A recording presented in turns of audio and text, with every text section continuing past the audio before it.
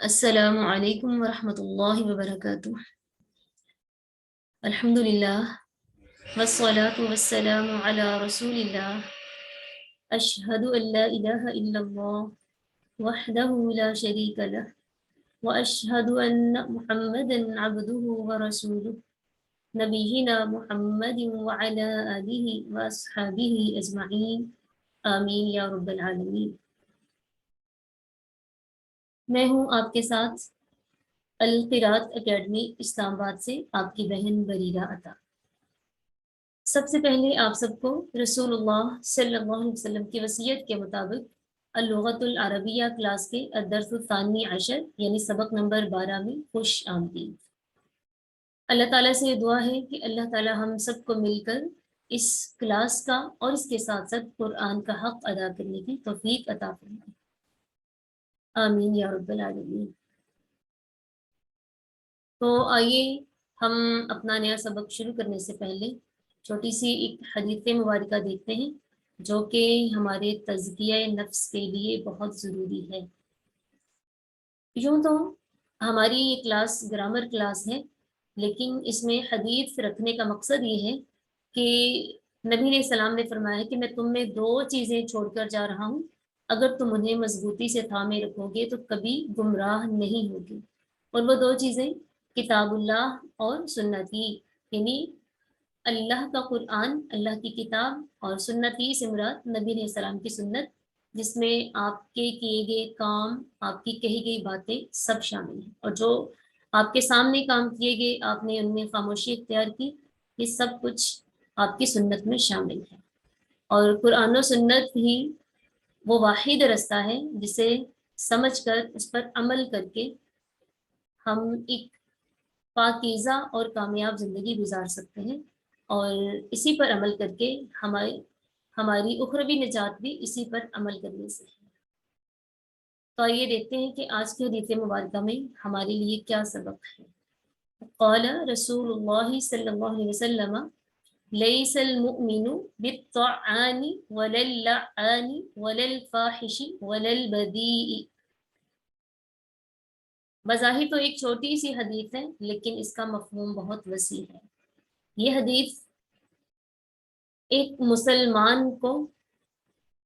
مسلمان کے ایمان کو کامل کرنے کے لیے بیان کی گئی ہے، یعنی کوئی شخص اس وقت تک کامل ایمان والا نہیں ہو سکتا جب تک کہ وہ حدیث پر عمل نہ کرے، اور یہ چیزیں اس کے اخلاق کو بہترین بنانے کے لیے بہت ضروری ہے، کیونکہ جب تک انسان کا اخلاق اچھا نہیں ہے نا، تب تک اسے دنیا میں رہنے کا کوئی فائدہ نہیں ہے، کیونکہ نبی علیہ السلام نے فرمایا ہے کہ خیر الناس من ینفع الناس، بہترین انسان وہ ہے جو لوگوں کو فائدہ دے۔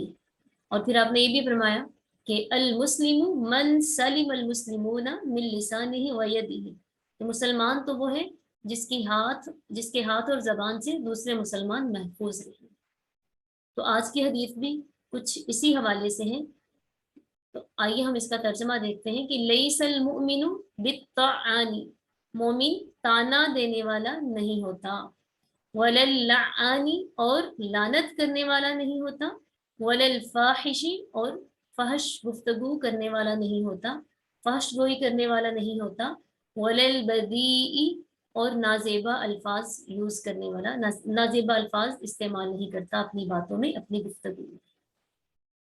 تو آپ نے دیکھا تانا دینا یا لعنت کرنا یہ ہم دوسروں کے ساتھ کرتے ہیں، تو یہ جو پہلے 2 پوائنٹ ہیں یہ ہماری تربیت ہے کہ ہم نے دوسروں کے ساتھ کیسے رہنا ہے، اور دوسرے 2 پوائنٹ ولا الفاحش ولا البذیء، یہ ہمارے اپنے کردار کو سیٹ رکھنے کے لیے۔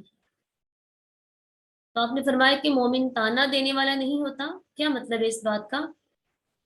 ہم دیکھتے ہیں کہ اگر کوئی شخص کردار کے لحاظ سے ٹھیک نہیں ہے، اس کا کردار درست نہیں ہے، اچھا کردار نہیں ہے اس کا، لیکن پھر ایک وقت آ جاتا ہے، اسے سمجھ آ جاتی ہے، اللہ تعالیٰ اسے ہدایت دے دیتا ہے، اور وہ سچے دل سے توبہ کر لیتا ہے اللہ تعالیٰ سے، اور اچھا انسان بن جاتا ہے، با کردار انسان بن جاتا ہے۔ پھر جب وہ کسی کو کوئی نصیحت کرتا ہے تو جن لوگوں کو اس کے بارے میں پتہ ہے پھر وہ اسے تانے دیتے ہیں کہ تمہیں اپنی زندگی بھول گئی ہے، جو کچھ آپ کرتے رہے وہ اب آپ کو یاد نہیں ہے، جو آپ دوسروں کو نصیحت کرنے بیٹھتے ہیں۔ تو یہ بہت بری بات ہے۔ ہمیں کیا پتا کہ اس شخص کی توبہ اللہ کے ہاں کس درجے کی ہو، کہ اللہ نے اسے یہ توفیق دے دی کہ وہ لوگوں کو نصیحت کرے۔ تو اس طرح سے ایسے شخص کو اس کے پچھلے کاموں کا، پچھلی برائیوں کا جو وہ چھوڑ چکا ہو، تانے دینا جائز نہیں ہے ایک مومن کے لیے۔ اور پھر وَلَلَّعَانِ، اور دوسروں کو لعنت کرنا جائز نہیں ہے۔ اور ہم دیکھتے ہیں کہ یہ چیز تو ہمارے معاشرے میں بہت عام ہے، ہم بات بات پر ایک دوسرے پہ لعنت کرتے ہیں، ایک دوسرے کو ملامت کرتے ہیں۔ تو یہ مسلمان مومن کے لیے یہ جائز نہیں ہے۔ دیکھیں، ہم ہر بات پہ یہ کہتے ہیں لعنت ہے فلاں پہ، لعنت ہے اس پہ، یہ ہو گیا وہ ہو گیا، وہ فلاں شخص بڑا لعنتی ہے۔ اس طرح سے یہ الفاظ یوز کرنے بہت زیادہ اس کو برا سمجھا گیا ہے۔ بلکہ ایک حدیث کا مفہوم تو یہ ہے کہ جب کوئی شخص کسی پر لعنت کرتا ہے اور اگر وہ اس کا حقدار نہ ہو تو وہ لعنت پلٹ کر اسی پر ڈال دی جاتی ہے۔ لیکن اگر کچھ لوگ یا کسی جماعت کا تعلق کسی ایسے گروہ سے ہو، کسی ایسے مسلک سے ہو جو اللہ کو نہیں مانتے، اللہ تعالیٰ کی باتیں نہیں مانتے، جو اپنے کام میں قرآن و سنت کی خلاف ورزی کرتے ہیں، تو پھر قرآن نے ان کے لیے لعنت کے جو الفاظ یوز کیے ہیں انہی کے مطابق ان کو کہا جا سکتا ہے۔ جیسے کہ قرآن میں ہے کہ لعنت اللہ علی الکاذبین، جھوٹوں پر اللہ کی لعنت ہے۔ تو اس طرح کے الفاظ پھر یوز کیے جا سکتے ہیں ایسے لوگوں کے ساتھ جو قرآن و سنت سے منہ موڑتے ہیں، اس پر عمل نہیں کرتے، اس کے خلاف جاتے ہیں۔ اسی طرح سے کہ جو قرآن کو چھوڑ دیتے ہیں، قرآن پر عمل نہیں کرتے، ان پر اللہ کی لعنت ہے، جھوٹوں پر اللہ کی لعنت ہے۔ اس طرح کے الفاظ ہو سکتے ہیں، لیکن جیسے ہم کرتے ہیں یہ جائز نہیں ہے۔ پھر وَلَلْفَاحِشِ وَلَلْبَذِي، یہ دو باتیں ہمارے اپنے لیے ہیں کہ ہمیں اپنا کردار کیسا رکھنا ہے۔ ہم اپنی روزمرہ گفتگو میں بہت زیادہ خیال رکھیں کہ ناپسندیدہ نازیبا الفاظ استعمال نہ کریں، یہاں تک کہ دوسروں کو خوش کرنے کے لیے، دوسروں کو ہنسانے کے لیے بھی ہمیں کسی طرح کی بھی گندی بات، گندی گفتگو نہیں کرنی ہے، برے الفاظ استعمال نہیں کرنے ہیں۔ فاحش اور بدی ان دونوں کے معنی قریب قریب ہی ہیں، تو دونوں کا ایک ہی مفہوم ہے کہ ایسی باتیں نہ کریں جس سے بے حیائی پھیلتی ہو، کہ بھئی ہم کہیں بھی ہم بڑے، ہمارے اندر بہت کانفیڈنس ہے، تو اوور کانفیڈنس ہو کر ہم معاشرے میں بد امنی پھیلا رہے ہوں، کرپشن کر رہے ہوں، بے حیائی پھیلا رہے ہوں، اور ہم یہ سمجھیں کہ لوگ ہمیں بڑا اچھا سمجھیں گے، بھائی سمجھیں گے بڑے کول مائنڈ ہیں، براڈ مائنڈڈ لوگ ہیں یہ۔ تو براڈ مائنڈڈ بننے کے چکر میں بے حیائی کے کام نہ کریں۔ اللہ تعالیٰ سے دعا ہے کہ اللہ تعالیٰ ہم سب کو صحیح معنی میں اس حدیث پر عمل کرنے والا بنا دے، آمین یا رب العالمین۔ تو آئیے ہم دیکھتے ہیں کہ ہم نے اس کلاس کا آغاز کیا، اس کلاس کا انعقاد کیا، اس کلاس کو جوائن کیا، تو مقصد کیا تھا کہ ہم قرآن کی عربی سیکھ سکیں۔ کیونکہ قرآن سارے کا سارا عربی میں ہے اور یہ سبھی کے لیے ہے، اس کا سیکھنا ہم سب کے لیے ضروری ہے۔ جب تک ہم اس کو نہیں سیکھیں گے ہم نہیں جان پائیں گے کہ قرآن نے ہماری کیا تربیت کی ہے، ہم نے کیسی زندگی گزارنی ہے، ہم نے کن کاموں سے بچنا ہے، کن کاموں کو کرنا ہے۔ اگر یہ سب ہم نہیں کریں گے تو اس کا مطلب ہے کہ ہم تو قرآن پر کبھی بھی عمل نہیں کر پائیں گے، یعنی ہم قرآن کے حقوق ہی ادا نہیں کر پائیں گے۔ تو اگر ہم نے قرآن کے حقوق نہ ادا کیے تو کیا ہمیں کل قیامت کو نجات مل جائے گی؟ نہیں مل سکتی۔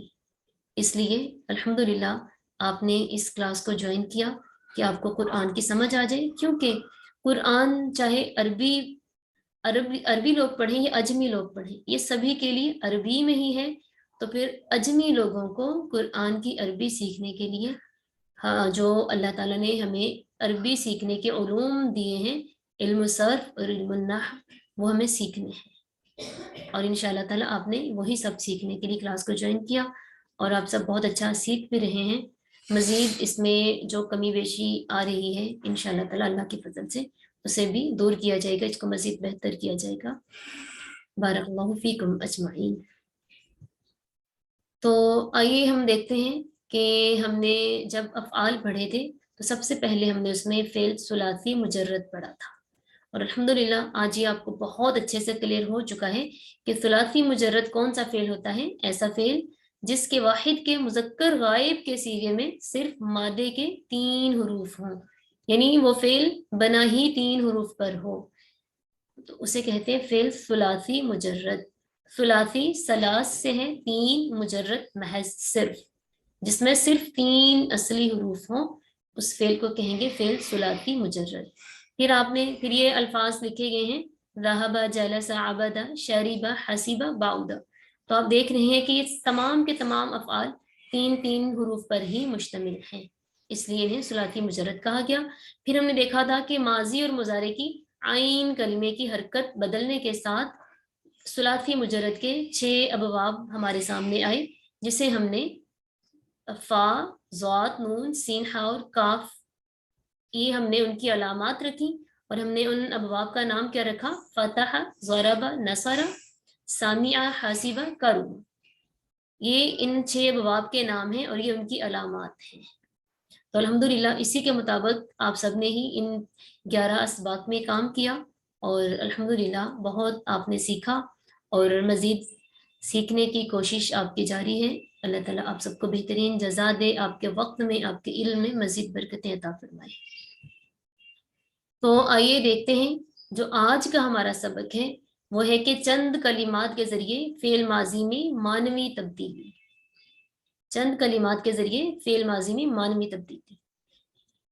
فعل میں 2 طرح کی تبدیلیاں ہو سکتی ہوتی ہیں، ایک لفظی تبدیلی جو کلمات ہیں، فعل کے جو الفاظ ہیں ان میں تبدیلی، اور ایک معنوی تبدیلی یعنی اس کے اردو معنی میں کیا تبدیلی ہو سکتی ہے۔ تو یہاں پر ہم کچھ کلمات لائے ہیں جو فعل ماضی سے پہلے آتے ہیں، لیکن اس میں کوئی لفظی تبدیلی نہیں کرتے، صرف معنوی تبدیلی ہوتی ہے اس کے ساتھ۔ تو یہ کچھ کلمات آپ کے سامنے لکھے گئے ہیں، جس میں سب سے پہلے ہے قد۔ قد یہاں پر اس کا معنی ہوتا ہے، اور یہ استعمال کہاں ہوتا ہے؟ کوئی کام گزرے ہوئے قریب کے زمانے میں ہوا ہو، یعنی کسی کام کے بارے میں ہمیں یہی پتا چل رہا ہو کہ یہ ہے تو گزرے ہوئے زمانے میں لیکن ابھی اس کو زیادہ عرصہ نہیں ہوا، تو اس کے لیے ہم فعل ماضی سے پہلے لفظ قد لے آئیں، تو یہ ماضی قریب کا معنی دیتا ہے کہ کوئی فلاں کام گزرے ہوئے زمانے میں ہوا لیکن ابھی زیادہ عرصہ نہیں گزرا ہے، تو اسے کہتے ہیں ماضی قریب۔ جیسے ہمارے پاس ہے ضرب یا ذہب۔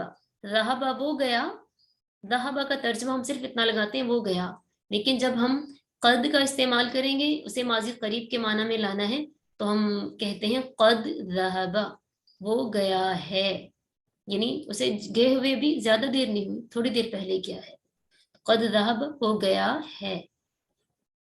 اسی طرح کانا، فعل ماضی کے شروع میں کانا آ جائے، پہلے ہم اس کو دیکھ لیتے ہیں۔ فعل ماضی کے شروع میں جب کانا آ جائے تو یہ چلا جاتا ہے تھا کے معنوں میں۔ تھا کس میں یوز ہوتا ہے؟ ماضی بعید میں۔ بعید کہتے ہیں دور کی چیز کو، تو ایسا کام جس کے حوالے سے ہمیں یہ پتا چلے، جس کے متعلق ہمیں یہ پتا چل رہا ہو کہ یہ کام گزرے ہوئے زمانے میں ہوا اور اس کو ہوئے کچھ عرصہ ہو چکا ہے، تو اس کے لیے ماضی سے پہلے کانا استعمال کرتے ہیں، تو یہ بن جاتا ہے ماضی بعید۔ جیسے ذہب تھا، قد ذہب قریب ہو گیا، کان ذہب تو یہ ماضی بعید کے معنی میں چلا جاتا ہے، یعنی وہ گیا تھا، یعنی کسی وقت گیا تھا، کافی عرصہ ہوا وہ گیا تھا، ٹھیک ہے۔ پھر کانا جس کا معنی ہے رہا تھا یا تا تھا، اس میں کیا ہے؟ کوئی کام، کسی کام کے حوالے سے ہمیں یہ سمجھ آ رہی ہو کہ گزرے ہوئے زمانے میں یہ کام مسلسل ہوتا رہا ہے، ایک تسلسل کے ساتھ ہوتا رہا ہے، تو یہ کانا فعل مضارع سے پہلے آتا ہے، تو اس کو کہتے ہیں ماضی استمراری۔ استمرار کا معنی ہوتا ہے جاری رہنا، تو ماضی استمراری ایسا فعل ماضی جس میں کام تسلسل سے ہوتا رہا ہو. اس کا طریقہ کیا ہے؟ فعل مضارع ذہبہ سے یذہبو، فعل مضارع سے پہلے جب کانا لگا دیتے ہیں تو مضارع کا معنی ماضی استمراری میں بدل جاتا ہے.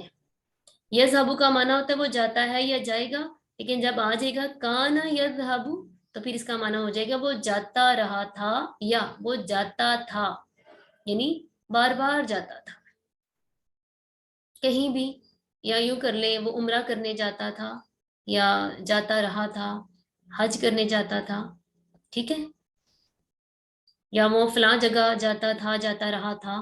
جہاں پر کانا کے ساتھ مضارع آ جائے وہاں پر فعل مضارع فعل ماضی استمراری میں بدل جاتا ہے، جس سے ہمیں پتہ چلتا ہے کہ یہ کام گزرے ہوئے زمانے میں مسلسل ہوتا رہا ہے. پھر ہم دیکھتے ہیں کہ کبھی فعل سے پہلے لفظ یکونو استعمال ہوتا ہے. یکونو سے معنی ہو جاتا ہے ہوگا یا ہو چکا ہوگا، یعنی کوئی کام جو گزر چکا ہے اس میں شک ہو کہ یہ ہوا تھا یا نہیں ہوا تھا، اس میں شک ہو رہا ہو تو اس کے لیے فعل ماضی سے پہلے لفظ یکونو کا استعمال کیا جاتا ہے. تو اس سے وہ بن جاتا ہے، اس کو کہتے ہیں ماضی شکیہ، یعنی ایسا گزرا ہوا زمانہ جس میں کوئی کام ہوا تھا مگر اس میں شک ہے، تو اس کے لیے فعل ماضی سے پہلے لفظ یکونو استعمال ہو جاتا ہے.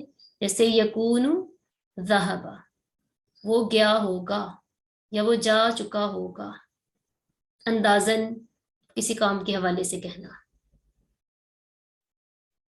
تو ایک بات اس میں نوٹ رکھیں کہ جو کانا آ رہا ہے کانا یا یکونو فعل ماضی یا مضارع سے پہلے، تو جیسے جیسے ماضی یا مضارع کا صیغہ بدلتا جائے گا نا، اسی طرح سے کانا یا یکونو کا صیغہ بھی بدلتا جائے گا.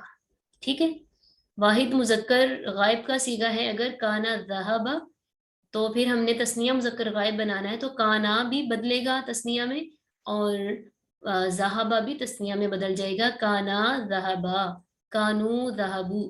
ٹھیک ہے، جہاں بھی کانا یکونو استعمال ہوں گے تو یہ فعل کا صیغہ بدلنے کے ساتھ ساتھ کانا یکونو کا صیغہ بھی بدلتا رہے گا. پھر ہمارے پاس ایک حرف ہوتا ہے لو. لو کا معنی ہے اگر. تو ہم دیکھتے ہیں کہ کسی کام کے ہونے یا نہ ہونے میں کوئی شرط پائی جائے، اگر کسی کام کے ہونے یا نہ ہونے میں کسی شرط کا بھی ذکر ہو تو وہاں پر فعل ماضی سے پہلے لو لگتا ہے اور وہاں پر دو فعل ماضی استعمال ہوتے ہیں. ٹھیک ہے، اس جملے میں اس فقرے میں یا اس آیت میں دو دفعہ فعل ماضی استعمال ہوتا ہے. تو جب پہلا فعل ماضی ہوگا تو اس سے پہلے لو لگائیں گے، اور جو دوسرا فعل ماضی ہے تو اس فعل ماضی سے پہلے حرف لا آ جائے گا. تو یہ اس سے ہمیں پتا چلے گا لو اور لا سے کہ یہ کوئی ایسا کام ہے جس میں کوئی شرط بھی پائی گئی ہے کہ اگر یہ تب ہوگا اگر آپ ایسا کریں گے، یعنی آپ کامیاب تب ہوں گے جب آپ محنت کریں گے. اسی طرح ایک حرف ہے لو، یہاں بھی لو ہے یہاں بھی لو ہے، لیکن ہم دیکھ رہے ہیں یہاں لو کے ساتھ لا بھی ہے لیکن یہاں صرف لو ہے. اس کا معنی ہے کاش. کاش سے مراد تمنا کہ کاش میں ایسا کر لیتا، ہے نا. تو یہ ایسا کام ہے لو کے ساتھ، یہ بھی فعل ماضی سے پہلے ہی آئے گا لیکن اس میں کسی کام کے ہونے کی شرط نہیں ہوتی کہ پہلے ایسا کرو گے تو ایسا ہوگا، اس میں کوئی شرط نہیں پائی جاتی، بغیر شرط کے ہی فعل ماضی سے پہلے لو آتا ہے. تو یہ تمنا کے معنی دیتا ہے، آرزو خواہش کا معنی پیدا ہو جاتا ہے فعل ماضی کے معنی میں. مزید اس کو چند ایک مثالوں سے دیکھ لیتے ہیں. جیسے ہمارے سامنے ہے کانا ذہبا، یعنی جب فعل ماضی بعید بنانا ہو تو فعل ماضی کے شروع میں کانا لگا دیتے ہیں تو یہ بن جائے گا فعل ماضی بعید وہ گیا تھا. اسی طرح اگر فعل ماضی کو ماضی قریب میں بدلنا ہو تو پھر اچھا یہ تو مضارع آ گیا ہے نا، قد نرا تقلبا، نرا تو فعل مضارع کا صیغہ ہے، اس کو بھی ہم سیٹ کر لیتے ہیں.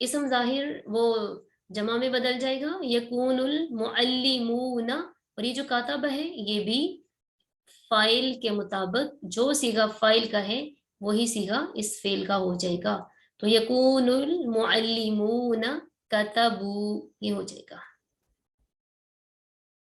ٹھیک ہے۔ پھر اس کے بعد ہم نے دیکھا لو اور لا، لو اور لا، کسی کام میں، کسی کام کے ہونے میں کسی شرط کا پایا جانا، اس کے لیے فعل ماضی سے پہلے لو استعمال کرتے ہیں۔ وہ میں نے آپ کو بتایا تھا کہ یہاں دو فعل ماضی استعمال ہوتے ہیں، ایک سے پہلے لو آئے گا اور دوسرے سے پہلے حرف تاکید لا آ جائے گا۔ وَلَوْ شَاءَ اللَّهُ، اور اگر چاہے اللہ، لَذَهَبَ بِسَمْعِهِمْ، تو لے جائے ان کی سماعت اور ان کی بصارت۔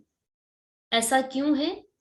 کیونکہ وہ لوگ حد سے بڑھے ہوئے ہیں، نافرمانی پہ نافرمانی کرتے جا رہے ہیں نا، تو اس وجہ سے اگر اللہ تعالیٰ چاہتے تو اللہ تعالیٰ ان کی سماعت، ان کی بصارت ختم کر سکتے تھے، کہ نہ وہ کبھی سن پائیں اور نہ وہ کبھی دیکھ پائیں، کیونکہ ان کو سماعت اور بصارت دینے کا بھی کوئی فائدہ نہیں ہو رہا۔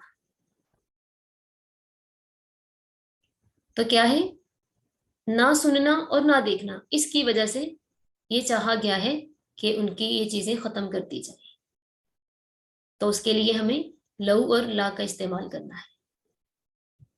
پھر ہم نے آخری حرف دیکھا تھا لو، جس میں کوئی کام ہوتا ہے لیکن اس کے لیے کوئی شرط کا ہونا ضروری نہیں ہے، تو یہ مثال آپ کے سامنے ہے، کذالک العذاب، اسی طرح عذاب ہے، ولعذاب الآخرۃ اکبر، البتہ آخرت کا عذاب سب سے بڑا ہے، لو کانوا یعلمون، کاش کہ وہ جانتے ہوتے ہیں۔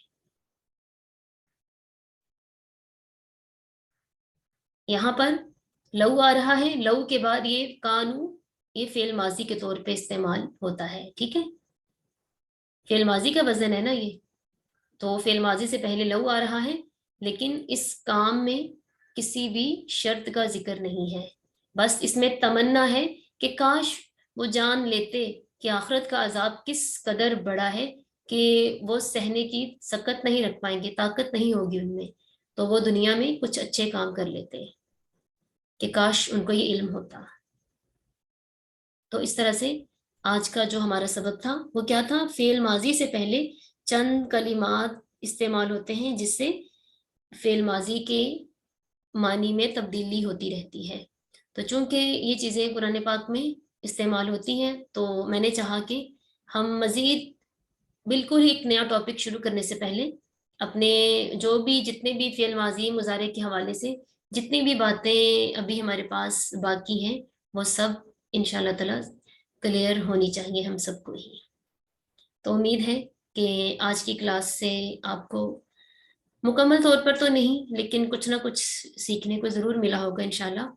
باقی آپ لوگ پریکٹس کریں، جب تک ہم خود پریکٹس نہیں کریں گے نا، اب یہ میں نے آپ کے سامنے آیات رکھی ہیں یا مثالیں رکھی ہیں، تو اب یہ مثالیں اس طرح سے آیات جب تک آپ خود نہیں ڈھونڈیں گے نا تب تک اتنی سمجھ آئے گی بھی نہیں آپ کو، ٹھیک ہے؟ تو انشاءاللہ تعالیٰ آپ سب نے ہی یہ کام کرنا ہے۔ Home work submit, home work ابھی آپ کو ہم شیئر نہیں کریں گے جلدی، پہلے آپ نے یہ والا ہوم ورک کرنا ہے کہ آپ سب نے ہی ایسی مثالیں یا ایسی آیات قرآن پاک سے تلاش کر کے وہ گروپ میں شیئر کرنی ہے، اور اس میں آپ نے ساتھ ساتھ وضاحت بھی کرنی ہے کہ کس حرف کی وجہ سے یہاں پر فعل ماضی کا کیا ترجمہ ہو رہا ہے۔ آپ کا یہ کام مجھے گروپ میں نظر آئے گا تو پھر انشاءاللہ تعالیٰ آپ کو ہوم ورک بنا کے دیا جائے گا۔ بہت شکریہ آپ سب کا، اس کے ساتھ ہی اجازت دیجیے۔ سبحانک اللہم و بحمدک، نشہد ان لا الہ الا انت، نستغفرک و نتوب الیک۔ السلام علیکم ورحمۃ اللہ وبرکاتہ۔